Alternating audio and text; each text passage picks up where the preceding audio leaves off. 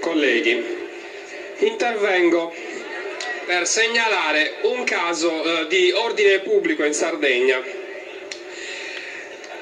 Il caso riguarda l'amministrazione comunale di San Vero Milis, provincia di Oristano, che ha deciso l'estate scorsa la chiusura al traffico motorizzato del lungomare della Marina San Vero Milis nel collegamento tra Puzzuidu e Mandriola, un'importante arteria di collegamento utilizzata da turisti e lavoratori.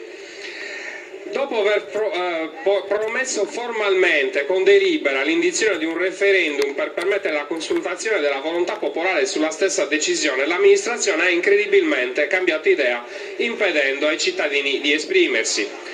Il progetto contestatissimo dei residenti prevede la sedicente rinaturalizzazione di Puzzuidu, ovvero l'eliminazione del tratto asfaltato realizzato oltre 30 anni fa, dove prima c'erano i parcheggi, e del muraglione che separa la spiaggia dalla strada. Un progetto per lotti, spacciato e motivato come utile e difensivo per litorale e spiaggia, ma sul quale non esiste alcuno studio serio che lo dimostri.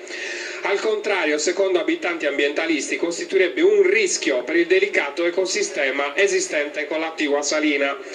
Il primo lotto prevede un utilizzo di 130.000 euro provenienti dai fondi del progetto CAMP, smantellare 250 metri di lungomare asfaltato realizzato, gli ultimi prima di Mandriola, e sostituirli con un sistema di passerelle. Per ovviare all'inconveniente della mancanza di questa strada litoranea, l'amministrazione aveva proceduto a realizzare una piccola stradella chiamata Stradella Rossa, adiacente e sostitutiva del lungomare, oggi chiusa al traffico, situata nella zona. Tale arteria sterrata, tra l'altro con materiale secondo alcuni pericoloso e di dubbia provenienza, è stata realizzata ed è in questo momento sotto indagine da parte del Tribunale di Oristano.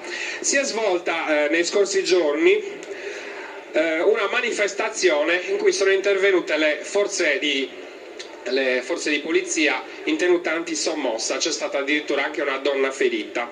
Io vorrei segnalare questo caso perché chi di dovere si muova e faccia in modo che situazioni di questo genere si risolvano in maniera diversa che con l'intervento della polizia in tenuta antisommossa e soprattutto non si ripetano in futuro. Grazie. Senatrice Serra.